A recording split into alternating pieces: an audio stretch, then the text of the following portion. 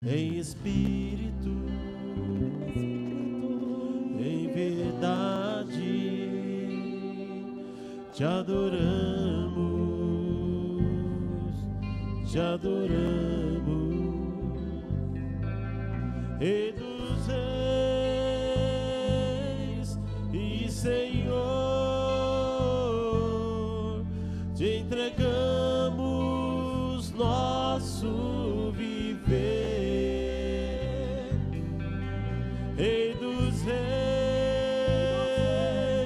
e Senhor, te entregamos nosso viver para te adorar, ó Rei dos reis. Foi que eu nasci, ó Rei Jesus. Meu prazer é te louvar, meu prazer é estar nos átrios do Senhor. Meu prazer é viver na casa de Deus, onde flui o amor, em espírito, em verdade, te adoramos, te adoramos, em espírito, em verdade, te adoramos, te adoramos, Rei dos reis e Senhor, te entregamos nosso viver. Rei dos reis e Senhor, te entregamos nosso viver para te adorar, ó Rei dos reis. Foi que eu nasci, ó Rei Jesus.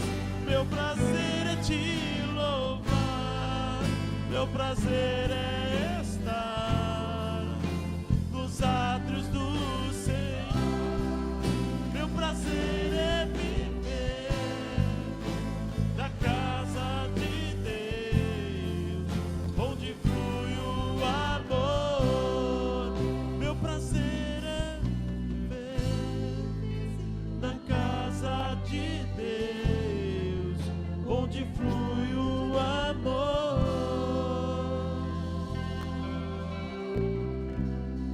Aleluia, aleluia. Oh Jesus, que seja realmente o nosso prazer estar na tua presença, papai. Que seja realmente nosso prazer, Senhor, te adorar, te bendizer, te louvar. Mas que tudo seja feito em espírito e em verdade, meu Deus. Tua palavra diz que os teus olhos nos encontram quando nós te adoramos em espírito e em verdade. Que seja sempre essa nossa posição diante de ti. Que seja, Senhor, que sejamos encontrados pelos teus olhos aqui neste lugar. Em nome de Jesus. Amém.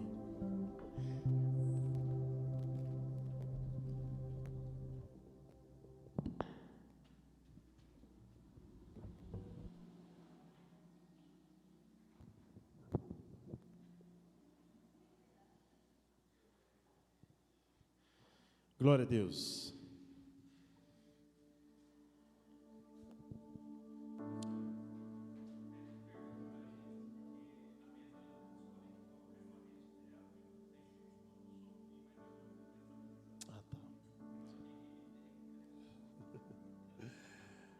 Queridos, perdoem-nos aí pelos problemas técnicos. A nossa mesa desligou e acabou aí perdendo o sinal de som, mas nossa equipe já resolveu o problema.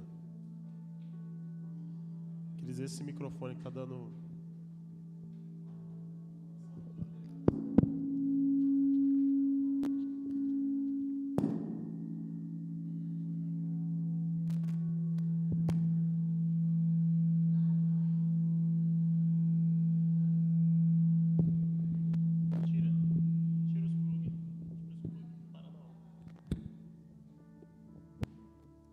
Pronto.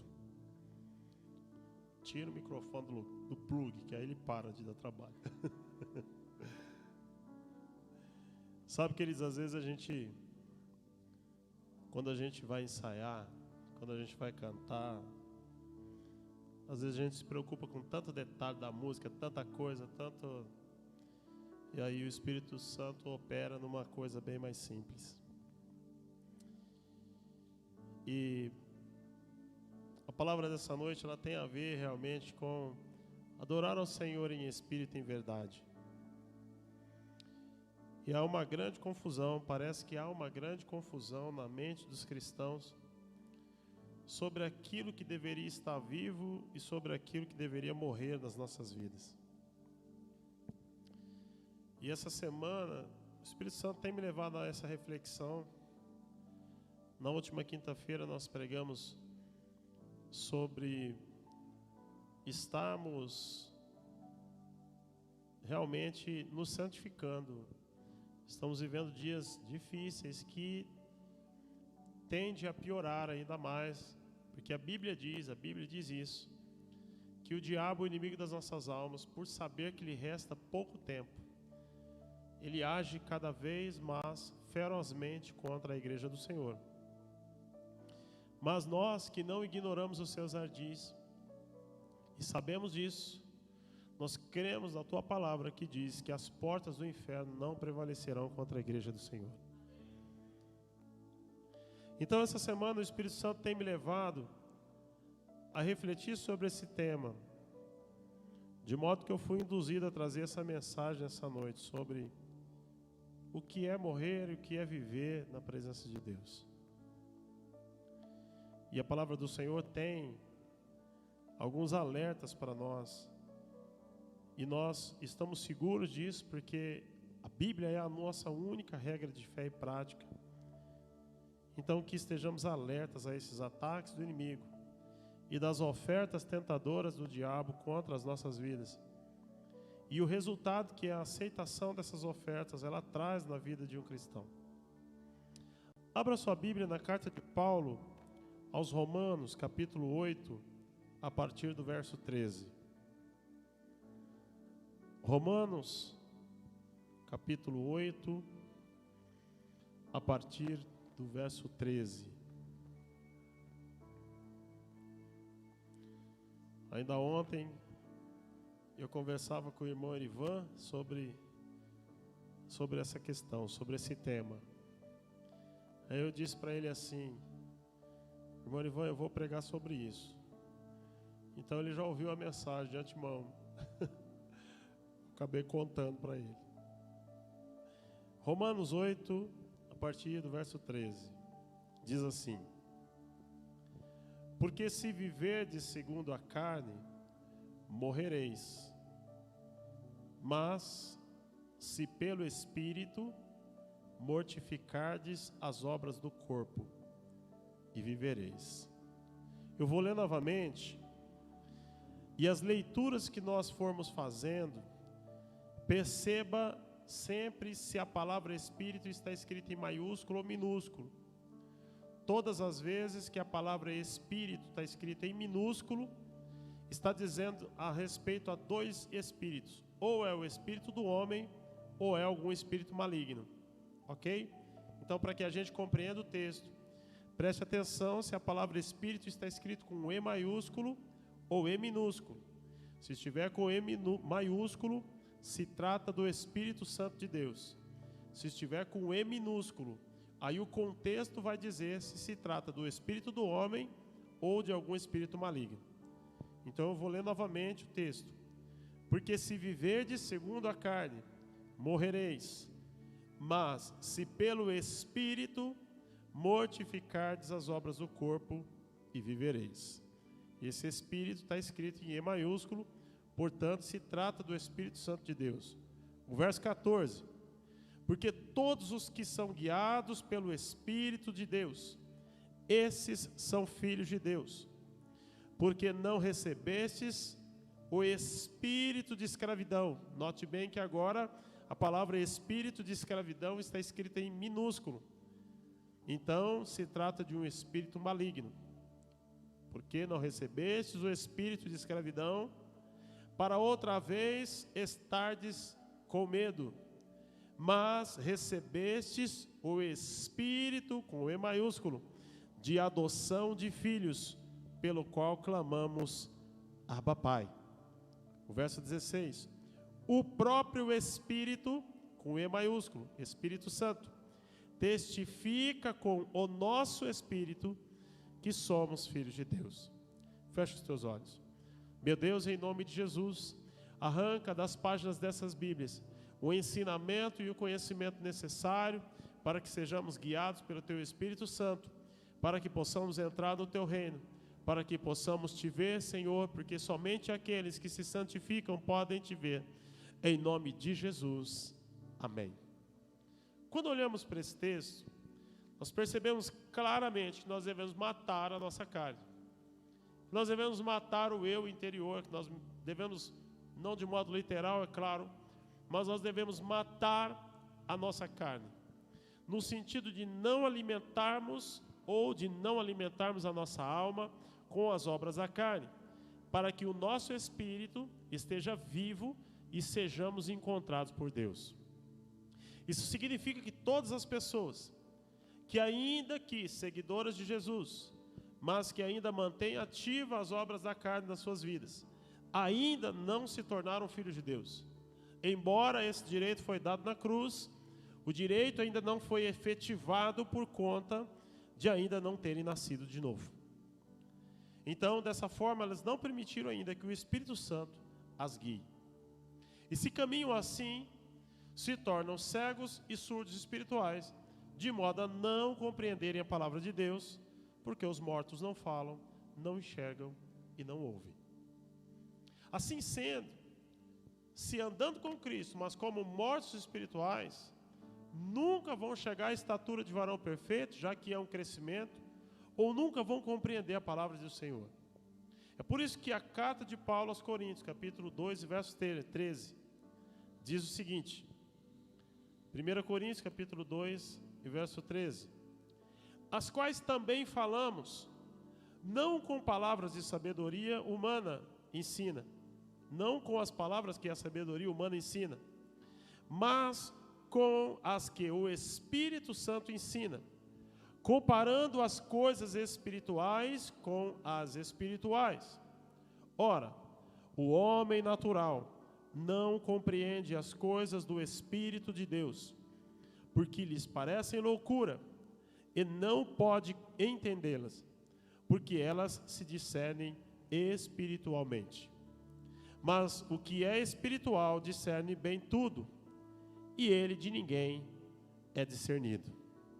É por essa razão, queridos, que a nossa oração agora nesse momento é para que o Espírito Santo nos dê o entendimento necessário sobre aquilo que a palavra do Senhor quer dizer para nós essa noite, para que entendamos de forma espiritual, para que possamos viver sempre buscando as coisas espirituais. Quando Deus disse para Adão sobre as consequências da desobediência do pecado, Ele disse o seguinte: Adão, se você comer do fruto da árvore da vida, se você comer do fruto do conhecimento do bem e do mal, você vai morrer. E quando a gente olha para isso, para esse texto, a gente se lembra lá de Romanos 6, 23, que a Bíblia diz que o salário do pecado é a morte, mas o dom gratuito de Deus é a vida eterna por Cristo Jesus, o nosso Senhor.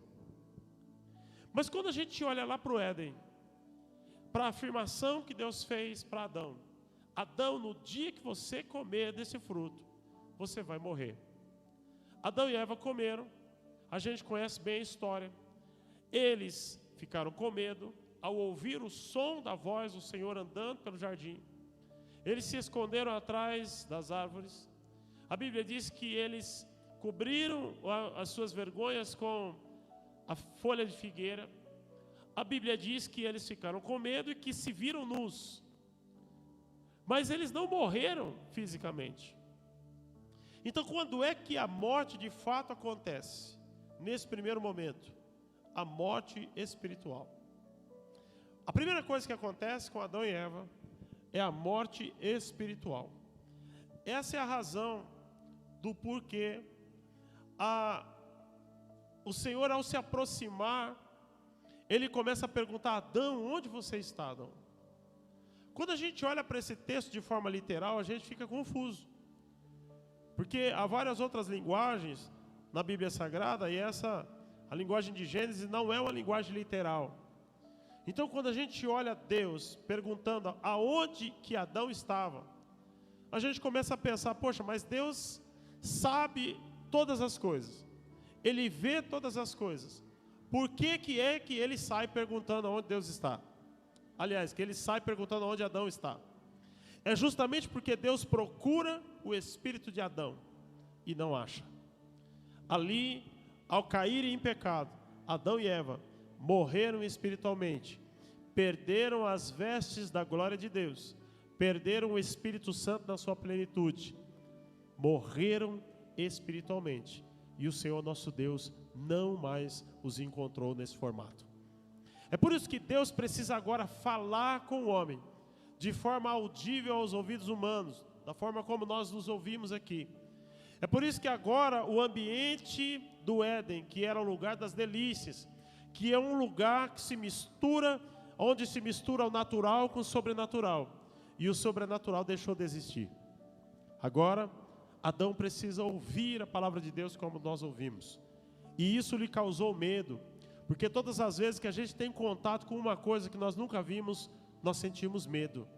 Todas as vezes que ouvimos um som, quando você olha um bebê, assim que ele nasce, os primeiros sons que ele ouve, aquilo causa espanto. Se você olhar a expressão do rosto de um bebê, a partir do momento que ele começa a entender e discernir os sons, a cada novo som que ele ouve, ele fica espantado, porque aquilo causa medo. Certa vez eu estava lendo sobre a história de como os espanhóis entraram no país, deixa eu lembrar aqui, um país da América Latina.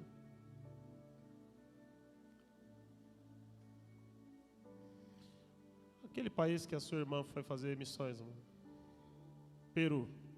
Eu estava lendo sobre a história do Peru. E a história conta que os espanhóis entraram, chegaram a portar os seus navios e desceram com exércitos da Espanha, e eles tinham armas de fogo e cavalos. E os índios peruanos, eles não conheciam cavalos. Eles nunca tinham visto um cavalo. E a história conta que eles desmaiavam de medo, porque eles achavam que aquilo era algum tipo de monstro, alguma coisa que para eles não era normal, não era natural, eles não haviam visto aquilo ainda. Então, quando a gente olha para Adão sentindo medo, é porque Deus não havia se manifestado daquela maneira ainda para o homem. Daquela forma, era a única forma como Deus encontra para falar, para estabelecer um diálogo com o homem e para saber qual é o motivo do porquê os olhos deles foram abertos. Eles perderam a visão espiritual e agora eles estão totalmente carnais, estão agora com a sentença de morte, com os dias estabelecidos para morrer sobre a terra. E assim, o homem começa a voltar ao pó, ao Espírito, a Deus que o deu, e assim transcorre a história, até que Jesus na cruz do Calvário restabeleça o seu reino, restabeleça o Espírito Santo na terra, e por causa desse Espírito Santo é que nós estamos aqui hoje, convencidos do pecado, da justiça e do juízo. Glória ao Senhor que teve misericórdia das nossas vidas. E também é por conta da mesma desobediência que a morte espiritual, ela continua acontecendo e fazendo parte da vida humana, mesmo daquele que conhece a palavra. Os pecados continuam fazendo com que a morte espiritual continue acontecendo na vida daquele que ainda assim esteja andando com Cristo. E a morte espiritual pode ser explicada quando Deus começa a procurar sobre a terra aqueles que o adoram de verdade. A Bíblia diz que lá em Jó, capítulo 33 e verso 4. Jó, capítulo 33 e verso 4. Num dos diálogos de Jó com seus amigos, e um dos seus amigos diz assim: o Espírito de Deus me fez, e a inspiração do Todo-Poderoso me deu vida. A única maneira de Deus se comunicar com o homem é através do seu Santo Espírito. Em João 11, 25, Jesus dizendo: eu sou a ressurreição e a vida. Quem crê em mim, ainda que esteja morto, viverá. Essa palavra ela diz respeito tanto à morte física quanto à morte espiritual. Quando paramédicos eles vão atender uma ocorrência, a primeira coisa que eles fazem é procurar os sinais vitais daquela pessoa que está caída ao chão ou que está acidentada. Então, passo a passo, eles vão procurando se há ferimentos graves, se há fraturas graves, se essa pessoa bateu a cabeça ou não, se ela está com lesão na sua coluna cervical, de modo que a primeira tarefa é procurar os sinais vitais se ela estiver inconsciente. Então, a partir desse atendimento preliminar, é que eles vão trabalhar a imobilização a fim de proteger os órgãos, a fim de proteger o corpo das demais consequências. Então veja que se para as coisas naturais é assim que nós agimos como seres humanos, para as coisas sobrenaturais também, Jesus ele chega num cenário de pessoas inconscientes, pessoas que não tinham noção do que estavam fazendo em termos de pecado, porque a palavra pecado significa errar o alvo. Então as pessoas erram o alvo porque elas não sabem da existência do alvo. Elas estão cegas, surdas, mudas, doentes, estão mortas nos seus delitos e pecados. De maneira que Jesus, como médico dos médicos, ele chega nesse cenário e a primeira coisa que ele faz é começar a comunicação com os homens para saber qual é o seu nível de consciência, para saber até que ponto eles entendem, a que nível eles estão de doenças e de morte, para que a partir dessa troca de informação, Jesus então começa o trabalho de cura. É por isso que a palavra de Deus diz que pelas suas pisaduras nós fomos sarados. É por isso que o pecado, a palavra pecado significa errar o alvo. Porque as pessoas lá no mundo são pecadoras, elas erram o alvo, elas são inimigas de Deus, elas estão mortas para Deus de forma espiritual, mas elas não sabem. E o sacrifício de Cristo Jesus na cruz do Calvário garante a salvação e o reino de Deus para essas pessoas, porque elas já foram reconciliadas com Deus, já há um caminho para que o espírito delas sejam ressuscitados, para que os olhos de Deus as encontrem, mas elas não sabem. E aqui é que entra a igreja, que ressuscitou juntamente com Cristo e que tem a palavra da reconciliação para reavivar a vida, o espírito daqueles que estão mortos lá fora. Uma pessoa morta, ela está incomunicável com os médicos. E o espírito do homem está morto e incomunicável com Deus. A Bíblia diz, é porque Deus é espírito, só podemos adorar a Deus em espírito e em verdade. Essa é a única maneira de adorar a Deus. É por isso que Jesus disse para a mulher samaritana, que indagava Jesus sobre o lugar onde eles deviam adorar, se em Jerusalém ou se no monte, porque os judeus adoravam em Jerusalém, mas os samaritanos adoravam sobre o monte, porque também estavam proibidos de adorar em Jerusalém. E eu pergunto, qual é das duas adorações que Deus vai ouvir? Já que Jerusalém é o lugar da adoração, mas aqueles que adoram em Jerusalém se acham melhores do que aqueles que adoram no monte. Vejam que a religião fez com o povo, cegou o povo ao ponto de dois povos que são irmãos adorarem o mesmo Deus em lugares diferentes, mas com pensamentos antagônicos e a adoração de nenhum deles era ouvida. Então Jesus, para acabar com essa dúvida, e dizendo para essa mulher sobre a água, e que se ela bebesse dessa água que ele desse, nunca mais ela teria sede, Então Jesus está falando de coisas espirituais e não da água natural. Jesus está falando de uma adoração espiritual e não de uma adoração natural. Não de uma adoração geográfica, mas de uma adoração sincera, verdadeira e em espírito, que só pode fazer aquele que é guiado pelo Espírito. Só pode fazer isso aquele que realmente nasceu de novo. Então Jesus responde para essa mulher samaritana, em João 4:23. Mas a hora vem e agora é, em que os verdadeiros adoradores adorarão o Pai em espírito e em verdade. Porque o Pai procura a tais que assim o adorem. Veja bem, vou ler esse último parágrafo. Porque o Pai procura os tais que assim o adorem. Deus é espírito e importa que os que o adorem em espírito e em verdade. Olha a última frase. Deus é espírito, com E maiúsculo. E importa que os que o adorem em espírito e minúsculo e em verdade. É necessário que eu e você saiamos desse estágio natural.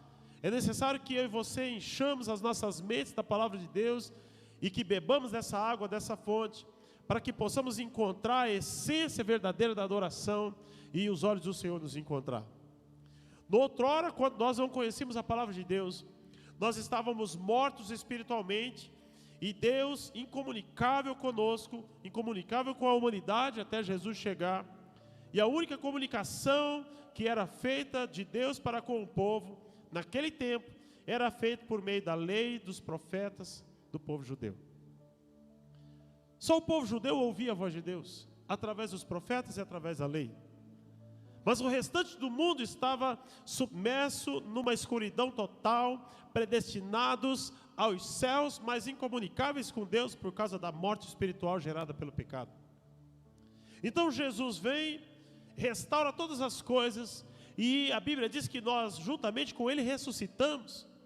Então quando nós lemos esses textos em que a Bíblia diz nós ressuscitamos, mas do que ressuscitamos se já estávamos vivos? A Bíblia diz em Efésios capítulo 2 e verso 1: E vos vivificou, estando vós mortos em ofensas e pecados, em que noutro tempo andastes segundo o curso deste mundo, segundo o príncipe das potestades do ar, do espírito que agora opera nos filhos da desobediência. Veja que espírito aí está com letra minúscula. Espírito que agora opera nos filhos da desobediência, espírito maligno, entre os quais nós também antes andávamos nos desejos da nossa carne, fazendo a vontade da carne e dos pensamentos, ou seja, a vontade da carne, do corpo e da alma. E éramos por natureza filhos da ira, como outros também. Mas Deus, que é riquíssimo em misericórdia, pelo seu muito amor com que nos amou, estando nós ainda mortos em nossas ofensas, nos vivificou juntamente com Cristo. Pela graça sois salvos. Esse é o resultado da sua presença neste culto, nessa noite. Esse é o resultado da sua dedicação ao estar passando por esse tempo, assistindo cultos, às vezes por um celular, mas estar com os ouvidos atentos ao que diz o Espírito da igreja. Mas Deus, que é riquíssimo em misericórdia, pelo seu muito amor com que nos amou, estando nós ainda mortos em nossas ofensas, nos vivificou juntamente com Cristo. Pela graça sois salvos, e nos ressuscitou juntamente com Ele, e nos fez assentar nos lugares celestiais em Cristo Jesus. Essas coisas não estão no futuro, essas coisas estão no presente. Essas coisas estão acontecendo conosco, nos assentar nos lugares celestiais com Cristo Jesus. Isso só é possível se nós adorarmos ao Senhor em espírito e em verdade. O que a Bíblia está nos dizendo, queridos, é que os sintomas de morte espiritual se manifestam nas obras da carne. Toda vez que você vê um crente manifestando obras da carne, ele está no mínimo fraco, ou doente, ou morto. E esse é o resultado da não compreensão da unidade do corpo de Cristo, já que a igreja é esse corpo, e Cristo é o cabeça, onde habita o Espírito Santo, e o Espírito Santo também habita em nós, e o Espírito Santo de Deus testifica no nosso espírito sobre tudo aquilo que o Senhor quer nos ensinar. Ele testifica também do consolo de Deus para as nossas vidas quando nós estamos passando por adversidades. Ele testifica também de Deus o ensino necessário para que possamos suportar os dias maus quando estamos atravessando os desertos da vida.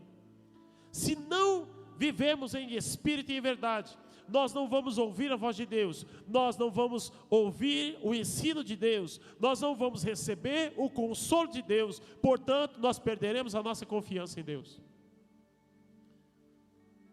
É necessário que nós nasçamos de novo, da água e do Espírito. Essa é a palavra que Jesus disse para Nicodemos.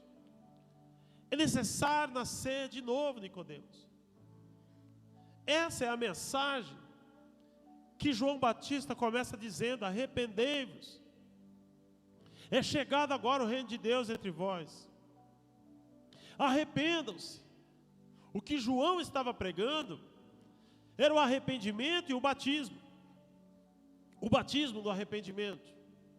Porque é por meio do arrependimento que as pessoas manifestam o desejo de morrer na carne e nascer da água e do Espírito.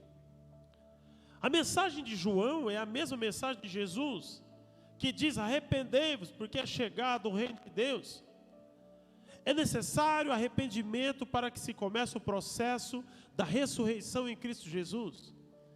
É necessário que eu reconheça que eu sou um pecador, que eu sou errado perante Deus, perante a santidade de Deus. E a partir do reconhecimento disso, que só pode ser operado pelo Espírito Santo, que nos convence do pecado, da justiça e do juízo, que começa em nós a obra de Deus. A obra de Deus é a construção de um novo caráter a partir de uma pessoa que acabou de nascer. É por isso que uma criança, quando ela nasce, ela ainda não tem o seu caráter totalmente formado. Ela tem sim a herança genética que vai dar os tons de algumas coisas relacionadas ao caráter, mas ela ainda não tem o seu formato, caráter, a sua moral, a sua ética formada, por conta de ela não ainda ter passado pelo processo. Assim como a criança que nasce, que tem o seu caráter formado até pelo menos os 4 a 5 anos de idade, através da criação que ela recebe, da cultura que ela recebe, da educação que ela recebe, dos ensinos que ela recebe, da ética e da moral que ela percebe, da sociedade que ela percebe ao seu redor. Através dessas percepções é que uma criança vai ter o seu caráter formado.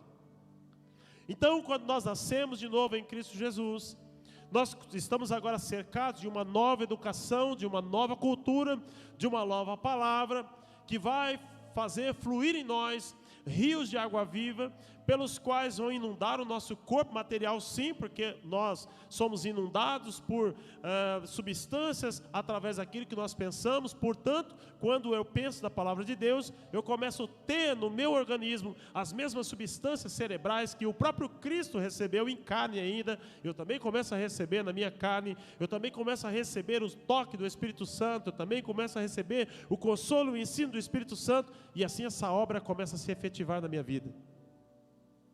A obra de Deus, e a própria palavra já se explica, é uma construção.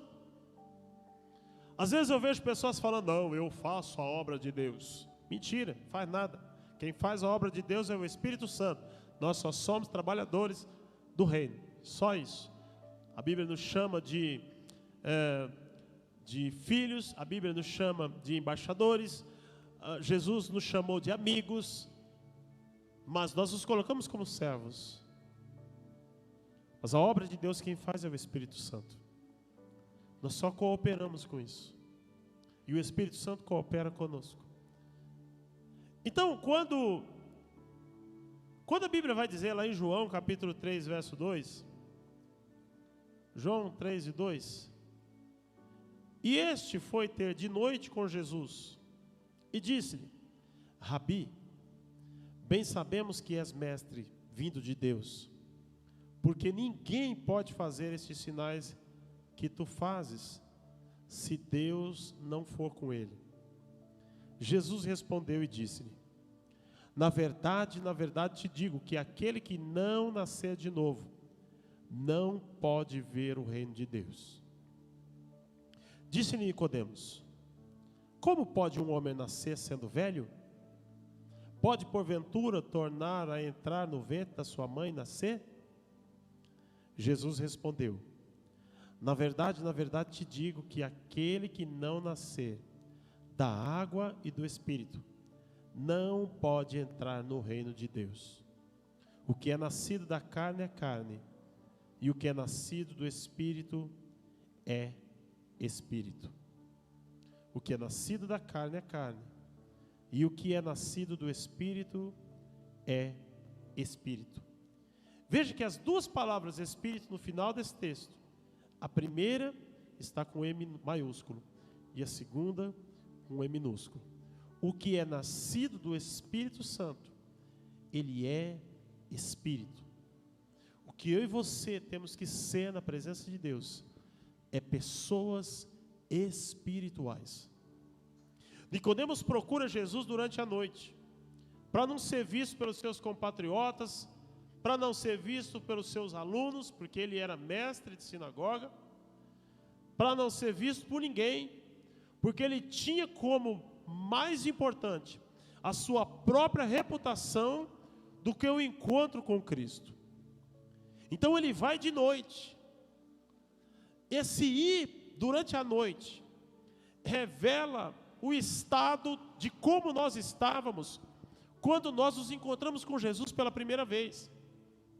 E isso vale também para os filhos de crente, porque filho de crente não é crente automaticamente. Embora nós ensinamos o caminho, embora nós ensinamos a buscar o Espírito Santo, embora nós ensinamos a entender o que está escrito, embora nós ensinamos que o verdadeiro Deus é o Deus Jeová, Criador dos céus e da terra, e Jesus o nosso Salvador, embora nós ensinamos todas essas coisas, filho de crente precisa desenvolver a sua própria convicção através de um encontro real e verdadeiro com Cristo. Então isso vale para todo mundo. Então, quando nós estávamos nas mais densas trevas, no dia em que nós nos encontramos com Cristo, nos encontramos da mesma maneira como Nicodemos se encontrou, se escondendo daquilo que poderia trazer-lhe prejuízo na sua reputação. E Nicodemos, quando inicia o diálogo, Jesus responde de uma forma totalmente desconexa. Parece que Jesus não está falando do mesmo assunto. Quando Nicodemos chega e fala Rabi, e só chamava de Rabi aquele que se colocava como discípulo, então a gente começa a ver aqui a humildade de Nicodemos, embora medroso, humilde, porque ele chama Jesus de Rabi. Bem-aventurado, e bem sabemos que és mestre vindo de Deus. Ele sabia, houve uma revelação na vida, no espírito de Nicodemos, a ponto de aquilo lhe inquietar a alma, a ponto dele sair do lugar onde ele estava para procurar sobre a verdade. Assim foi como eu e você. Então ele começa a fazer esse questionamento, ele começa a dizer: Jesus, olha, ninguém pode fazer esses sinais se Deus não for com ele. E Jesus vai direto ao assunto. Sabe por quê, queridos? Deus, ele vai direto ao assunto que a gente tem a tratar. Ele não fica rodeando. Sabe aquele negócio do politicamente correto que a gente faz? O pastor às vezes faz isso. Às vezes eu faço isso. Alguém vem falar comigo um negócio, eu percebo que a pessoa está me rodeando, ela está preparando o terreno do meu coração para falar alguma coisa, porque às vezes ela não sabe também como eu vou reagir. A gente faz isso com as pessoas. Às vezes a gente quer tratar um assunto sério, então a gente primeiro prepara o terreno do coração da pessoa para lançar a informação, para poder a gente ir tendo um feedback, para saber até onde a gente vai caminhar nessa conversa. A gente faz isso. E Jesus, conhecendo os nossos corações, por não precisar da recíproca, ele já vai direto no assunto. É por isso que Jesus já fala: Nicodemos, precisa nascer de novo. Ele vai direto no assunto. E Nicodemos rapidamente já entra no assunto, porque era exatamente sobre isso que ele queria falar. Nicodemos não queria falar sobre outras coisas. Nicodemos queria saber como é que faz para pertencer a esse reino. Porque a mensagem que Jesus pregava era sobre o reino de Deus e sobre o arrependimento. Então Nicodemos começa um diálogo comendo pelas beiradas, e Jesus vai direto no cerne do assunto. Só que Nicodemos tem a mentalidade formatada pela filosofia grega. Os gregos pensavam assim como Nicodemos. Os gregos pensam de forma matemática. Então Nicodemos calcula qual é a probabilidade de um ser humano crescido, adulto, voltar a se tornar um bebê e voltar para dentro do ventre da mãe. Isso é impossível. E ele faz essa pergunta para Jesus, porque ele não estava entendendo aquilo que Jesus estava falando. Jesus falava de coisas espirituais e não de coisas naturais. O reino de Deus, ele é espiritual, ele não é natural. Jesus está falando de um reino sobrenatural, de uma ação sobrenatural, de um arrependimento que vai gerar uma porta para...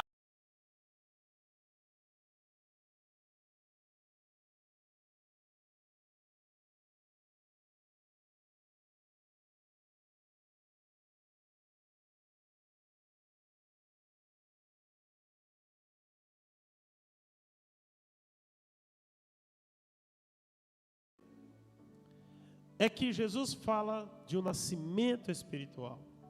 E Jesus está falando, e Nicodemos, Jesus está falando do nascimento espiritual. Nicodemos está falando de um nascimento natural. Então, Jesus facilita as coisas, porque Ele nunca deixa a gente na dúvida. Então Ele diz assim: na verdade eu te digo, Nicodemos, que quem não nascer da água e do Espírito, não pode entrar no reino de Deus. Que água é essa? É a palavra de Deus. Que Espírito é esse? O Espírito Santo de Deus. O que é nascido da carne é carne, e o que é nascido do Espírito é Espírito. É necessário um nascimento no Espírito, através da água, que é a palavra de Deus. É a partir disso que a obra do Espírito Santo começa a gerar em nós um novo caráter. O que acontece com Nicodemos depois disso é que a gente vai rever Nicodemos aparecendo lá na frente, só que de uma forma totalmente diferente. Agora Nicodemos já é um nascido de novo. Agora Nicodemos já demonstra fruto do Espírito. Agora Nicodemos já crê em Jesus e já não está tão mais preocupado com a sua reputação. Nicodemos procura Jesus durante a noite, mas depois ele faz por Jesus coisas que o verdadeiro servo faz durante o dia à vista de todos.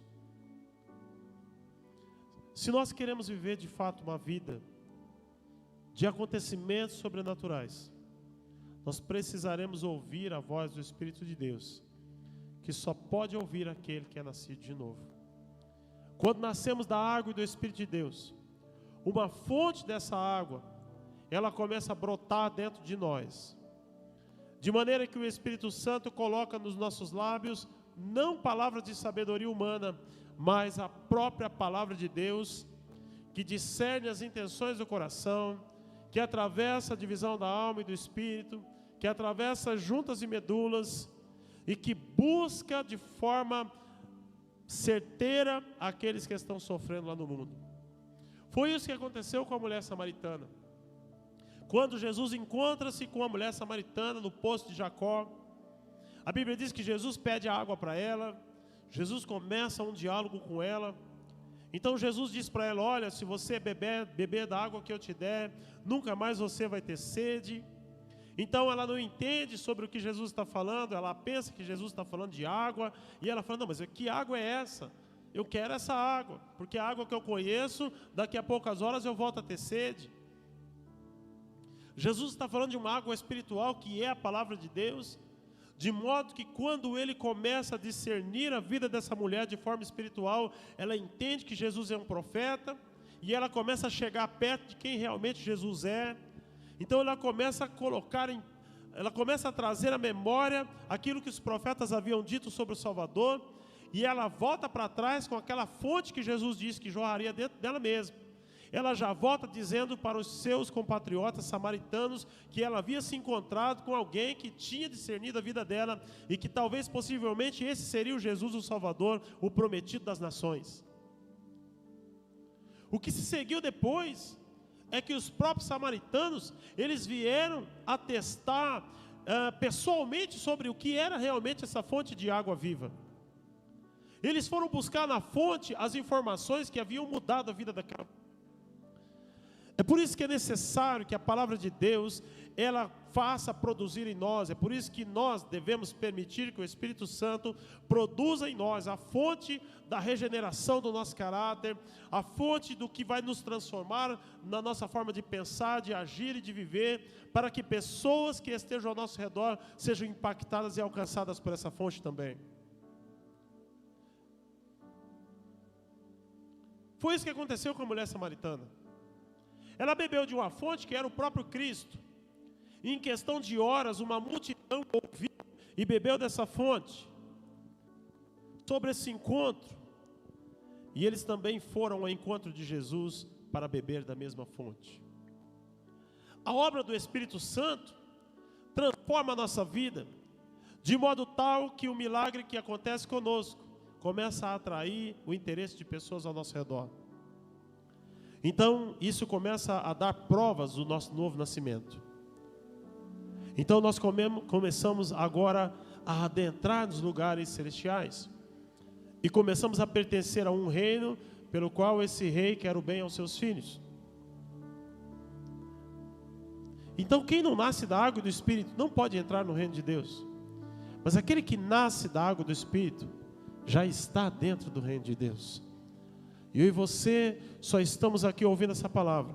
E vocês aí nas nossas casas, nas suas casas, vocês só estão dando crédito a essa mensagem, porque de alguma maneira, uma fonte invadiu o coração de vocês. Porque por algum motivo vocês foram atraídos pelo amor de Deus, que produziu em vocês uma fonte inesgotável, que vai trazendo e vai construindo uma obra de construção de um novo caráter a cada dia, até o dia que possamos nos tornar varão perfeito. E esse dia será o dia do Senhor nas nossas vidas. Certa vez um homem disse para Jesus, e disse outro, Lucas 9:59. Lucas 9:59. Jesus o chamou e disse: segue-me. Mas ele respondeu: Senhor, deixa que primeiro eu vá enterrar o meu pai. Mas Jesus lhe observou: deixa os mortos enterrar os seus mortos. Porém tu vai e anuncia o reino de Deus. Eu vou ler novamente. Jesus disse a outro: segue-me. Mas ele respondeu: Senhor, deixa que primeiro eu vá enterrar o meu pai. Mas Jesus lhe observou: deixa os mortos enterrar os seus mortos. Porém tu vai e anuncia o reino de Deus. O que Jesus está dizendo para esse homem é que às vezes nascer de novo vai nos custar abandonar algumas coisas. O que Jesus está falando para esse homem é algo simbólico e espiritual também. Deixa os mortos enterrar o seu pai. Por que Jesus disse isso para ele? Porque ele já havia tido o seu espírito vivificado por meio dessa água. Essa água que é a palavra do Senhor já havia invadido o coração desse homem. Quando ele pede para Jesus: Jesus, eu estou de luto, eu preciso enterrar o meu pai, depois eu volto e te sigo. O que Jesus está falando é que o tempo corre rápido demais para perdermos tempo com coisas banais na vida. E talvez você esteja se pensando: puxa, mas enterrar o pai é uma coisa banal, perto do reino é. Por incrível que pareça. É por isso que a Bíblia diz assim, Jesus disse: aquele que não largar pai, mãe, irmãos, por amor do meu nome, não é digno de entrar no reino de Deus. A palavra de Deus, ela é contundente, ela é como uma espada mesmo, ela causa dor nas nossas vidas. Porque para seguir a Deus e ser sincero, é necessário que a gente abra mão de coisas que aparentemente são valiosas, mas que passam, tudo passa, até a vida passa debaixo do sol. Não há nada mais importante para as nossas vidas do que buscar o reino de Deus, do que nascer de novo, do que abrir mão de tudo pelo reino de Deus, porque Ele abre mão de tudo por nossa causa. A Bíblia diz que Deus abriu mão do seu próprio Filho e deu-nos o seu Filho para que nós pudéssemos ser salvos. Deus, o próprio Deus, abriu mão do Filho, e às vezes nós não abrimos mão do tempo, às vezes nós não abrimos mão do cansaço, às vezes nós não abrimos mão de nada, de coisas ridículas, nós nos apegamos e perdemos o reino de Deus. Às vezes nós nos apegamos a coisas pequenas e perdemos o reino de Deus. Nos apegamos à falta de perdão, à justiça pessoal, nos apegamos a fatos do passado, a coisas pequenas, a coisas que não deveriam ter tanta importância na nossa vida, mas estamos perdendo o reino de Deus. A Bíblia diz para esse homem: deixa os mortos enterrar os seus mortos. Sabe por quê, queridos? Porque aqueles que estavam seguindo o cortejo já estavam mortos espiritualmente, e a água do Espírito eles não fizeram caso da água, não fizeram caso do Espírito e não nasceram de novo. Pessoas espirituais falam de coisas espirituais. Pessoas carnais falam de morte. Ligue a TV, você vai ter a prova disso. Ligue a TV, você só vai ver morte. Morte nas relações das pessoas que descartam o outro dependendo dos seus interesses. Olha a programação da televisão que você vai ver, é morte. É morte nos relacionamentos. Pessoas matando pessoas. É a banalização da vida. Ali você só vê a morte, um culto à morte na TV. O que Jesus está dizendo a esse homem é que os seus parentes estão mortos, mas ele era o único que estava ali com o seu espírito vivificado e dando crédito à palavra do Senhor, bebendo da fonte. O seu espírito está vivo, e a prova disso é que ele estava ali com Jesus, ele não estava no velório. A prova de que esse homem estava vivo é que ele estava ali com Jesus, bebendo da fonte. É por isso que ele disse: deixe os mortos sepultar os seus mortos. Jesus está dizendo aqui nessa noite: abandone os mortos, passe a andar com pessoas espirituais, passe a falar de coisas espirituais, passe a dividir a mesa com pessoas espirituais, passe a frequentar lugares espirituais, passe a ter amizade ou a estreitar laços com pessoas espirituais. São pessoas que bebem da fonte como você bebe. São pessoas que nasceram de novo e permitiram que o Espírito Santo fizesse nelas uma obra de construção de um novo caráter, pelo qual o Espírito Santo testifica no nosso espírito sobre tudo o que precisamos. Abandone os zumbis espirituais, porque existe uma multidão de pessoas nesse mundo todo, que estão dizendo que são adoradores de Deus, estão dizendo que são discípulos do Senhor, estão dizendo que estão sendo vistos e encontrados nos louvores, nos lugares de adoração, nos ambientes de oração, mas na verdade os olhos de Deus estão passando por cima e não os está enxergando, porque estão mortos espiritualmente. O que eu quero dizer nessa noite, o que o Espírito Santo está dizendo nessa noite, é que os olhos de Deus estão vasculhando sobre a terra verdadeiros adoradores, que são aqueles que de fato estão vivos na presença de Deus. É por isso que eu e você temos poder e autoridade para profetizar cura sobre a vida de outras pessoas, ou mesmo sobre a nossa própria vida. A Bíblia diz que o Espírito do Senhor mandou com que o profeta Ezequiel profetizasse sobre o vale de ossos secos. Ali havia um exército de ossos secos. A Bíblia diz que esses ossos estavam sequíssimos. E a palavra sequíssimos está nos levando a entender que já fazia muito tempo que estavam ali. Talvez você conheça pessoas que estão há muito tempo sequíssimas. Estão tão distantes e há tanto tempo sepultadas num vale de ossos secos. Estão há tanto tempo sepultadas espiritualmente que parece que já não há mais solução. Mas se você profetizar sobre essa água que rega as plantas, que traz a saúde à terra, que devolve a vida, se você profetizar sobre essas pessoas vivificarão o seu espírito através da palavra de Deus. Eu e você temos a responsabilidade de profetizarmos vida dentro da nossa casa, da nossa família, sobre as nossas famílias, sobre as pessoas ao nosso redor, sobre as pessoas do nosso emprego, na faculdade, na escola. Eu e você temos a responsabilidade de ressuscitar pessoas mortas espiritualmente, para que elas sejam alcançadas também pela salvação e pelo reino de Deus. A Bíblia diz que essa profecia de Ezequiel 37:14, e porei em vós o meu espírito, e vivereis, E vos porei na vossa terra, e sabereis que eu, o Senhor, disse isso, e o fiz, diz o Senhor. Queridos, essa profecia, ela é direcionada ao povo de Israel, sim, ao povo de Israel, que estavam mortos perante Deus, mas Deus havia a promessa, através do profeta, que o Senhor ia vivificar esse povo. Essa promessa chegou, já aconteceu. Essa promessa nos alcançou por meio do dia de Pentecostes, a descida do Espírito Santo. O Senhor, Ele deseja nos encontrar como espíritos vivos da sua presença. Nós estamos caminhando nessa terra, nesse mundo, para uma nova Jerusalém. E o Senhor não nos deu o espírito de medo. Então o Senhor quer soprar sobre nós o seu Espírito Santo, para que tenhamos o nosso espírito vivificado todos os dias. É por isso que Jesus, quando entra na casa onde os discípulos estão, no terceiro dia, ao ressuscitar, no primeiro encontro com os discípulos, a Bíblia diz que os discípulos de Jesus estavam reunidos dentro da casa com as portas trancadas e com medo.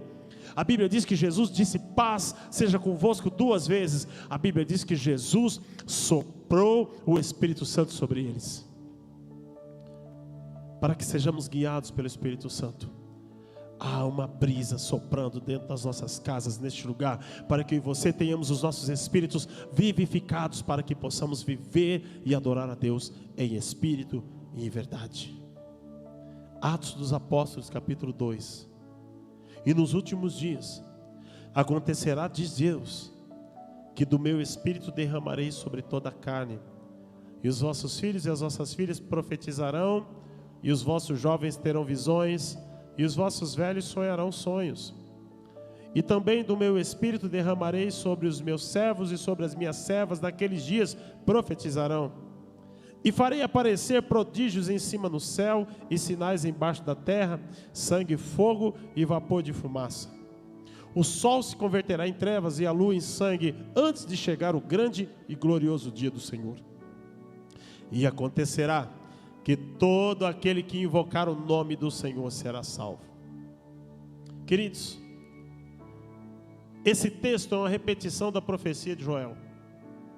Isso aconteceu há 2000 anos atrás. Esse tipo de profecia é o tipo de profecia cíclica. Ela aconteceu, ela fala de um acontecimento lá de trás, mas ela também fala de um outro acontecimento escatológico lá da frente. Porque no meio do texto a Bíblia fala dos últimos dias. E nós estamos vivendo os últimos dias. Nós estamos vivendo os dias que antecedem a vinda do Senhor para arrebatar a sua igreja.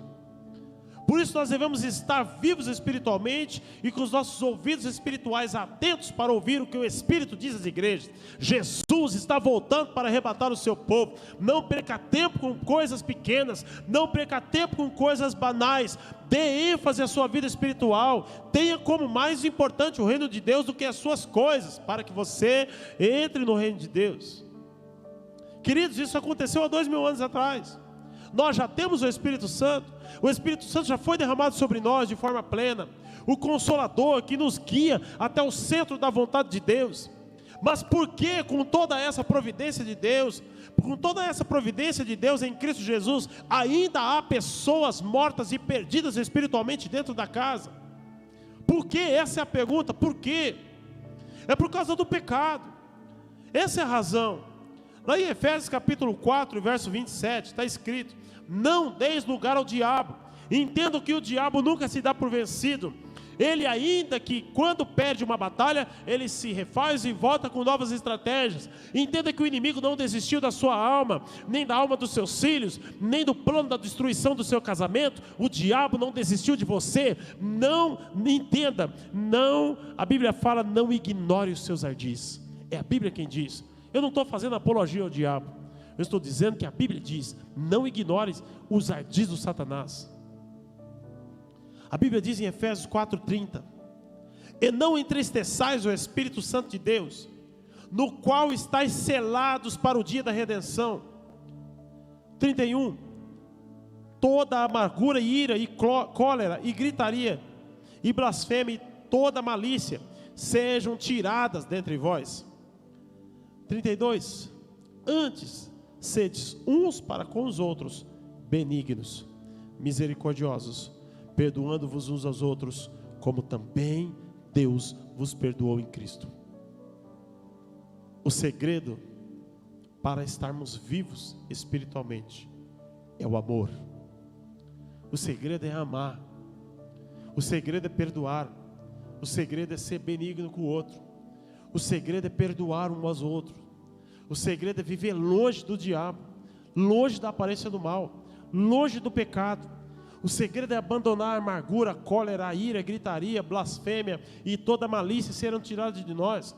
O segredo é abandonar as obras da carne para que o Espírito Santo produza em nós o fruto do Espírito. O apóstolo Paulo, inspirado pelo Espírito Santo, nos dá essa receita, a como nós mantemos o Espírito Santo, a chama do Espírito Santo acesa em nós. Em 1 Tessalonicenses capítulo 5 e verso 12: e rogamos-vos, irmãos, que reconheçais os que trabalham entre vós e que presidem sobre vós o Senhor e vos admoestam, e que tenhais em grande estima e amor por causa da sua obra. Tende paz entre vós. Rogamo-vos também, irmãos, que admoesteis os desordeiros, consoleis os de pouco ânimo, sustenteis os fracos, e sejais pacientes com todos. Vede que ninguém dê a outros mal por mal, mas segui sempre o bem, tanto uns para com outros, como para com todos. Regozijai-vos sempre, alegrai-vos sempre. Olha que interessante esse texto. Alegrai-vos sempre. Sabe de quem é a obrigação de se alegrar? É sua. É você quem tem que se alegrar. Não é, a Bíblia não está dizendo que é o Espírito Santo que vai te alegrar. A Bíblia não está dizendo que é a palavra que vai te alegrar, embora a palavra traga alegria. Sou eu e você que temos a obrigação de nos alegrar todos os dias. Orai sem cessar, verso 17.